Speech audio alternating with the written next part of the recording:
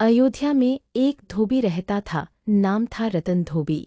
वह बड़ा घमंडी था और अपने आप को बहुत धर्मी मानता था। एक दिन उसकी पत्नी कुछ दिन के लिए मायके चली गई। जब वह लौटी तो धोबी को शंका हुई कि उसकी पत्नी किसी और के साथ रही है।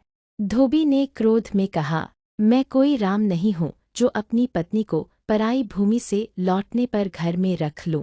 ये शब्द सुनकर पूरे नगर में हलचल मच गई, क्योंकि राम नाम लेकर उसने जो बात कही वह सीधा अपमान था माता सीता का और भगवान श्रीराम का। जब ये बात भगवान श्रीराम के कानों तक पहुंची तो वे अत्यंत दुखी हो गए। उन्हें लगा, यदि मेरे राज्य में कोई भी व्यक्ति मुझ पर इस तरह प्रश्न उठा रहा है तो मुझे अपनी मर्यादा निभानी होगी। फिर उन्होंने माता सीता को वनवास भेज दिया। पूरे अयोध्या में शोक छा गया। हनुमान जी को जब यह समाचार मिला वे क्रोध से कांप उठे। उनकी आंखें लाल हो गईं। कैसे उस नीच धोबी ने मेरे प्रभु और माता सीता का अपमान किया। हनुमान जी उसी रात अयोध्या पहुँचे। उन्होंने धोबी के घर जाकर दरवाज़ा खटखटाया। धोबी दरवाज़ा खोलते ही बोला, कौन है? हनुमान जी बोले, वही जो सत्य और भक्ति के लिए किसी का भी विनाश कर दे।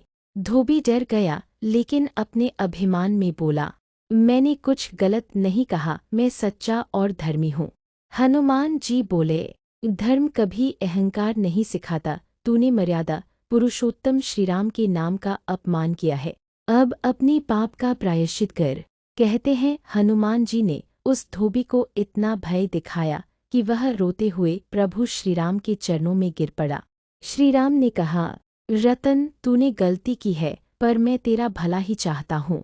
जा, अब कभी किसी का अपमान मत करना।